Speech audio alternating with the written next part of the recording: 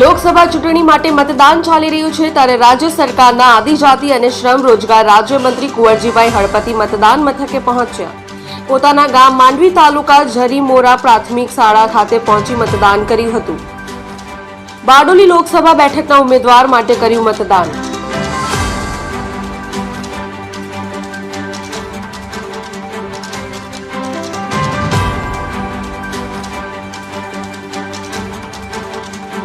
लालबाग लोग आते हैं तुम्हारा लोग आते हैं ना लोग ऊपर भी रखो ले હવે ઓકે રોગે આજે સમગ્ર ભારત દેશમાં અને ગુજરાતમાં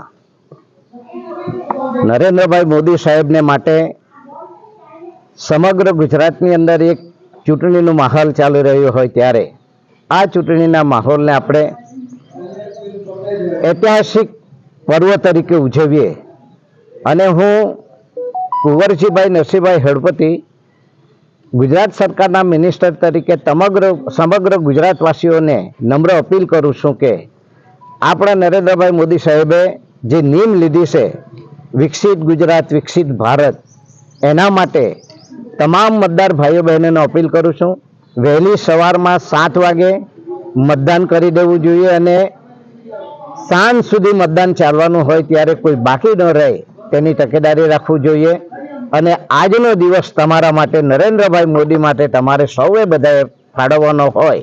નરેન્દ્રભાઈ તમારા માટે 5 વર્ષ સુધી સતત જાગતા રહીને વિકાસના કામોમાં કડીરૂપ બનશે એવી હું ચોક્કસ ખાતરી આપું છું અને આપણા નરેન્દ્રભાઈ એ વૈશ્વિક ગુરુ બને એના તરફ આપણે સૌ આગળ વધવાનું। પ્રશાંત પટેલ, AB48 ન્યૂઝ, બારડોલી।